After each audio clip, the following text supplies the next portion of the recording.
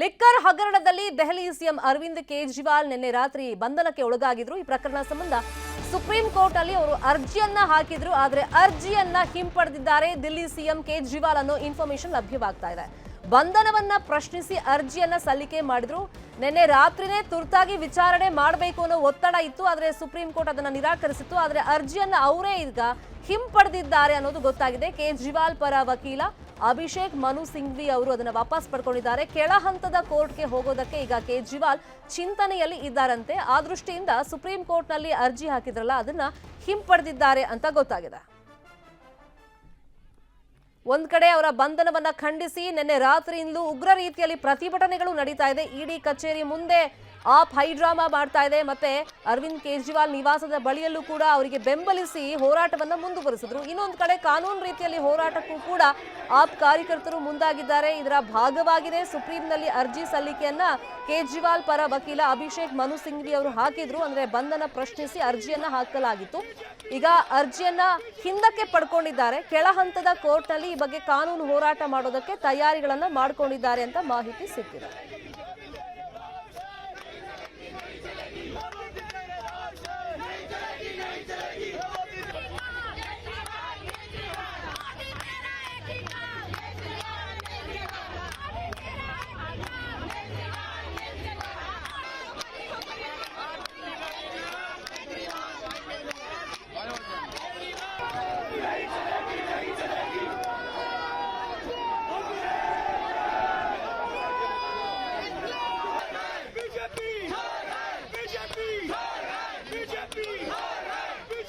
Delhi CM Kejriwal ಬಂಧನಕ್ಕೆ ಭಾರೀ ಖಂಡನೆ ಆಪ್ ಕಾರ್ಯಕರ್ತರಿಂದ ಅವರ ಬೆಂಬಲಿಗರಿಂದ ವ್ಯಕ್ತವಾಗಿದೆ. ದೆಹಲಿಯ ಇಡಿ ಕಚೇರಿ ಬಳಿಯಲ್ಲಿ ಭಾರೀ ಪ್ರತಿಭಟನೆಯನ್ನ ಮಾಡಲಾಗ್ತಾ ಇದೆ. ಇಡಿ ಅಧಿಕಾರಿಗಳು ಹಾಗೂ ಕೇಂದ್ರದ ವಿರುದ್ಧ ಕಿಡಿಕಾರ್ತಾ ಇದ್ದಾರೆ ಕಾರ್ಯಕರ್ತರು. ಬಿಜೆಪಿ ನಾಯಕರ ವಿರುದ್ಧ ಆಕ್ರೋಶ ವ್ಯಕ್ತಪಡಿಸಿ ಘೋಷಣೆಗಳನ್ನ ಕೂಗ್ತಾ ಇದ್ದಾರೆ. ಪ್ರಜಾಪ್ರಭುತ್ವದ ಕಗ್ಗೊಲೆ ಆಗಿದೆ ಅಂತ ಹೇಳಿ ಆಮ್ ಆದ್ಮಿ ಧಿಕ್ಕಾರವನ್ನ ಕೂಗ್ತಾ ಇದೆ. ಪೊಲೀಸರು ಹಾಗೂ ಆಪ್ ಕಾರ್ಯಕರ್ತರ ನಡುವೆ ಈ ಪ್ರತಿಭಟನೆ ಸಂದರ್ಭದಲ್ಲಿ ವಾಕ್ಸಮರ ಆಗಿದೆ. ದೆಹಲಿಯ ಬಹುತೇಕ ಕಡೆಗಳಲ್ಲಿ ಪ್ರತಿಭಟನೆ ನಡೀತಾ ಇದೆ. ಸಚಿವರು, ನಾಯಕರು, ಕಾರ್ಯಕರ್ತರನ್ನ ಪೊಲೀಸರು ತಮ್ಮ ವಶಕ್ಕೆ ಪಡ್ಕೊಳ್ತಾ ಇದ್ದಾರೆ.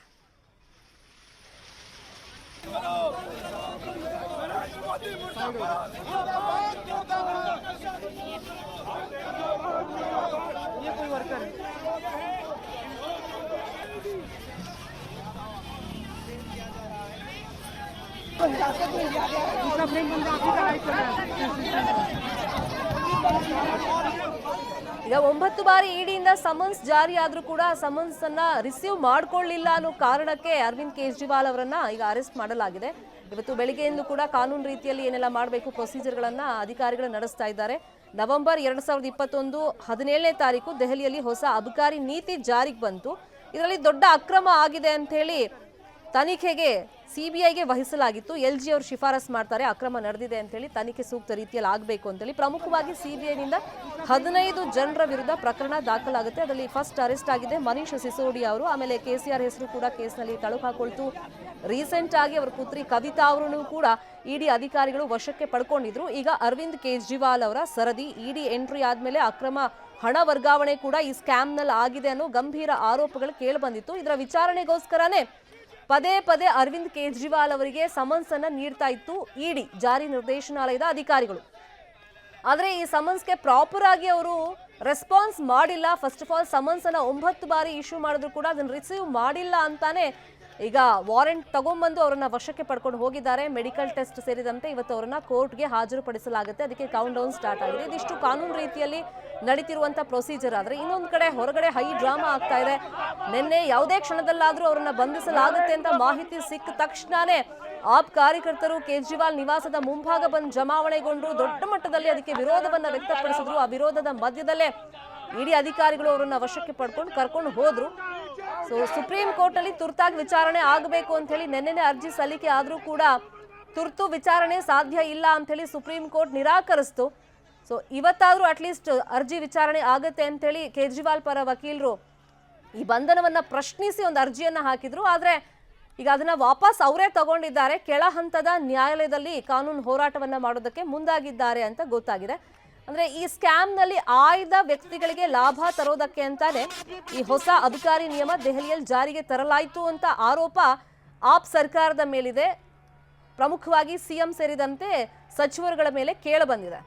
ಸೊ ಹಾಗಾಗಿ ಈಗ ಅವರ ಬಂಧನವನ್ನ ಖಂಡಿಸಿ ಇನ್ನೊಂದು ಕಡೆ ಪ್ರತಿಭಟನೆ ತೀವ್ರ ಸ್ವರೂಪ ಪಡ್ಕೊಳ್ತಾ ಇದೆ. ರಸ್ತೆಯಲ್ಲಿ ಮಲಗಿ ಆಕ್ರೋಶ ವ್ಯಕ್ತಪಡಿಸ್ತಾ ಇರೋದು, ಜೊತೆಗೆ ಕೇಂದ್ರ ಸರ್ಕಾರದ ವಿರುದ್ಧ ಬಿಜೆಪಿ ವಿರುದ್ಧ ಆಕ್ರೋಶ ವ್ಯಕ್ತಪಡಿಸ್ತಿರೋದನ್ನ ನಾವು ಗಮನಿಸ್ತಾ ಇದ್ದೀವಿ. ಯಾವಾಗ ಮನೀಶ್ ಸಿಸೋಡಿ ಅವರಿಗೆ ನೋಟಿಸ್ ಎಲ್ಲ ಕೊಟ್ಟು ಅವರನ್ನ ಅರೆಸ್ಟ್ ಮಾಡಿದ್ರಲ್ಲ, ಆಗ್ಲೂ ಅಷ್ಟೇ ಬಿಜೆಪಿಗೆ ಸಹಿಸ್ಕೊಳ್ಳೋಕೆ ಆಗ್ತಾ ಇಲ್ಲ ದೆಹಲಿಯಲ್ಲಿ ಆಡಳಿತದಲ್ಲಿ ಆಪ್ ಇರೋದು. ಸೊ ಹಾಗಾಗಿ ಕಾರಣಗಳನ್ನ ಹುಡುಕಿ ಸಿಲುಕಿಸುವಂತ ಪ್ರಯತ್ನಗಳನ್ನ ನಡೆಸ್ತಾ ಇದ್ದಾರೆ ಅಂತಾನು ಕೂಡ ಆಗ್ಲಿಂದು ಆಪ್ ನಾಯಕರು ಮತ್ತೆ ಕಾರ್ಯಕರ್ತರು ಬೆಂಬಲಿಗರು ಆರೋಪಗಳನ್ನ ಮಾಡ್ಕೊಳ್ತಲೇ ಬರ್ತಾ ಇದ್ರು. ಬಟ್ ಕೇಜ್ರಿವಾಲ್ ಅವರನ್ನ ಈ ರೀತಿ ವಶಕ್ಕೆ ಪಡೆದಿರೋದಕ್ಕೆ ಕೆಲವೊಂದು ಸಾಕ್ಷ್ಯಗಳು ಲಭಿಸಿವೆ, ಡಾಕ್ಯುಮೆಂಟ್ಸ್ ಇದೆ. ಯಾಕಂದ್ರೆ ಡಾಕ್ಯುಮೆಂಟ್ಸ್ ಇಲ್ಲದೆ ಇಡಿ ಅಧಿಕಾರಿಗಳು ಎಂಟ್ರಿ ಆಗೋದಿಲ್ಲ ಯೂಶುವಲಿ. ಇಲ್ಲಿ ಅಕ್ರಮ ಹಣ ವರ್ಗಾವಣೆ ಆಗಿದೆ ಅನ್ನೋ ಆರೋಪ ಕೇಳಿ ಬಂದಿರೋದ್ರಿಂದ ಅದಕ್ಕೆ ಸಾಕ್ಷ್ಯಗಳು ಇರೋದ್ರಿಂದಾನೇ ಎಂಟ್ರಿ ಆಗಿದೆ ಇಡಿ. ಸೊ ಹಾಗಾಗಿ ಸಮನ್ಸ್ ಅನ್ನ ಕೊಟ್ಟಿದ್ದು ಈ ಹಿಂದೆ ಅರವಿಂದ್ ಕೇಜ್ರಿವಾಲ್ ಅವರಿಗೆ ಅಂತ ಹೇಳಲಾಗ್ತಾ ಇದೆ. ಬರೋಬ್ಬರಿ ಆಪ್ ಸೊ ಈ ಹೊಸ ಅಬಕಾರಿ ನೀತಿ ಜಾರಿಗೆ ತರೋದಕ್ಕೆ 2021ರಲ್ಲಿ ಸುಮಾರು 100 ಕೋಟಿಯಷ್ಟು ಕಿಕ್ ಬ್ಯಾಕ್ ಪಡೆದಿದೆ ಅಂತ ಹೇಳಿ ಗಂಭೀರ ಆರೋಪಗಳು ಕೂಡ ಕೇಳಿ ಬಂದಿತ್ತು. ಇಡಿ ಚಾರ್ಜ್ ಶೀಟ್ ನಲ್ಲಿ ದೆಹಲಿ ಸಿಎಂ ಅರವಿಂದ್ ಕೇಜ್ರಿವಾಲ್ ಹೆಸರು ಕೂಡ ಮೆನ್ಷನ್ ಆಗಿದ್ರಿಂದ ಅವರನ್ನ ವಿಚಾರಣೆಗೆ ಕರೆಸುವಂತ ಪ್ರಯತ್ನಗಳಾಗಿತ್ತು. ಆದ್ರೆ ತಮ್ಮನ್ನ ಬಂಧಿಸದಂತೆ ಸೊ ಅವರು ಒಂದು ಬೇಲನ್ನು ತಗೊಂಡು ಬಂದಿದ್ರು. ಆ ಬೇಲ್ನ ಅವಧಿ ಅಂತ್ಯ ಆಗ್ತಾ ಇದ್ದಂಗೆ ಇಮ್ಮಿಡಿಯೇಟ್ ಆಗಿ ಇಡಿ ಅಧಿಕಾರಿಗಳು ಅವರನ್ನ ವಶಕ್ಕೆ ಪಡ್ಕೊಂಡು ಹೋಗಿದ್ದಾರೆ. ಇವತ್ತು ಕೋರ್ಟಿಗೆ ಪ್ರೊಡ್ಯೂಸ್ ಮಾಡಿದ ಮೇಲೆ ಮುಂದಿನ ಬೆಳವಣಿಗೆಗಳು ಏನಾಗುತ್ತೆ ನೋಡಬೇಕು. ಇನ್ಫ್ಯಾಕ್ಟ್ ಕೋರ್ಟಿಗೆ ಪ್ರೊಡ್ಯೂಸ್ ಮಾಡಿದಂಥ ಸಂದರ್ಭದಲ್ಲಿ ವಿಚಾರಣೆ ಇದೆ. ಹಾಗಾಗಿ ತಮ್ಮ ಕಸ್ಟಡಿಗೆ ಕೇಳೋದಕ್ಕೆ ಅಧಿಕಾರಿಗಳು ಈಗ ತಯಾರಿಗಳನ್ನು ಮಾಡ್ಕೊಂಡಿದ್ದಾರೆ ಕಾನೂನು ರೀತಿಯಲ್ಲಿ ಅಂತ ಗೊತ್ತಾಗಿದೆ. ಅಟ್ ದ ಸೇಮ್ ಟೈಮ್ ಇಷ್ಟೆಲ್ಲ ಡೆವಲಪ್ಮೆಂಟ್ಸ್ ಆಗ್ತಿರುವಾಗ ಸಿಟ್ಟಿಂಗ್ ಸಿಎಂ ಅನ್ನ ಈಗ ವಶಕ್ಕೆ ಪಡೆದಿರೋದ್ರಿಂದ ಆಡಳಿತ ವ್ಯವಸ್ಥೆ ಕಡೆನೂ ಕೂಡ ಗಮನ ಕೊಡಬೇಕಲ್ಲ. ಹಾಗಾಗಿ ವಾಟ್ ನೆಕ್ಸ್ಟ್ ಅನ್ನೋ ಪ್ರಶ್ನೆ ಬಂದಾಗ ಆಪ್ ಮೂಲಗಳಿಂದಲೇ ಮಾಹಿತಿ ಬಂದಿರೋದು ಅವರು ಜೈಲಿನಿಂದಲೇ ಆಡಳಿತವನ್ನ ನಡೆಸ್ತಾರೆ, ರಾಜೀನಾಮೆ ಕೊಡೋದಿಲ್ಲ ಅನ್ನೋ ಮಾತುಗಳು ಕೂಡ ಕೇಳಿ ಬರ್ತಾ ಇದೆ.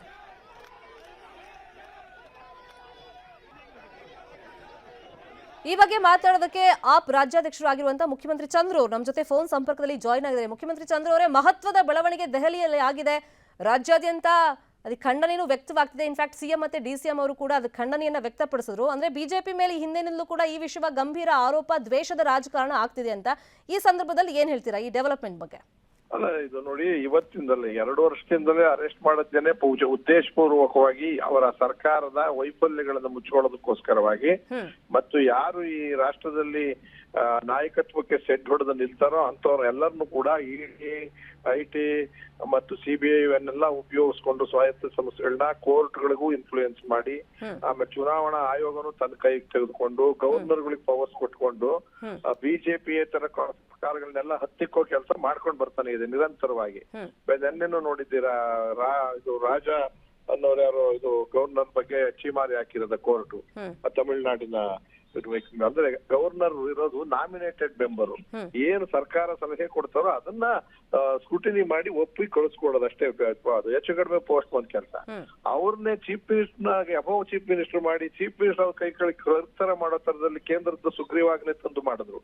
ಇವೆಲ್ಲವೂ ಕೂಡ ತಮ್ಮ ಅಸ್ತಿತ್ವವನ್ನ ಮತ್ತು ವಿಶ್ವಮಾನವ ಆಗೋದಕ್ಕೆ ಧಕ್ಕೆ ಆಗ್ತಾ ಇದೆ. ಇಲ್ಲಿ ದೇಶ ಹಾಳಾದ್ರೂ ಚಿಂತಿಲ್ಲ ಅಂತ ಹೇಳಿ ಒಬ್ಬ ಮನುಷ್ಯ, ಸತ್ಯ ಹೇಳ್ತೀನಿ, ಸಣ್ಣ ಉದಾಹರಣೆ ನಿಮ್ಗೆ, ಸ್ವಿಸ್ ಬ್ಯಾಂಕಿನ ಎಲ್ಲಾ ಕಳ್ಳ ದುಡ್ಡನ್ನ, ದರೋಡೆ ಮಾಡಿರೋ ದುಡ್ಡನ್ನೆಲ್ಲಾನು ವಾಪಸ್ ತಂದು ಬ್ಯಾಂಕ್ ಹಾಕ್ತೀನಿ, ಪ್ರತಿಯೊಬ್ಬ ತಲೆಗೂ 15,000 ಕೊಡ್ತೀನಿ ಅಂತಂದ್ರೆ 10 ವರ್ಷ ಆದ್ರೂ ಆಗಿಲ್ಲ. ಆದ್ರೆ ಒಂದು ಸಣ್ಣದಕ್ಕೆ ಮ್ಯಾಚಿಂಗ್ ಉದಾಹರಣೆ, 8 ವರ್ಷದಿಂದ ನಾವ್ ಹೇಳಿದ್ದನ್ನ ನೀರ್ ಕೊಡೋದಿರ್ಬೋದು, ಕರೆಂಟ್ ಇರ್ಬೋದು, ಫ್ರೀ ಎಜುಕೇಶನ್ ಇರ್ಬೋದು, ಫ್ರೀ ಆರೋಗ್ಯ ಇರ್ಬೋದು, ಮಹಿಳೆಯರಿಗೆ ಅನುಕೂಲ, ಅದನ್ನ ಮಾಡ್ಕೊಂಡು ಬಂದಿದ್ದೀವಿ. ಯಾರು ಬೆರಳಾಡ್ ತೋರ್ಸಂಗಿಲ್ಲ, ಸುಳ್ಳೇನ್ ಹೇಳಿಲ್ಲ, ಸತ್ಯ ನೋಡ್ದಿದ್ದೀವಿ.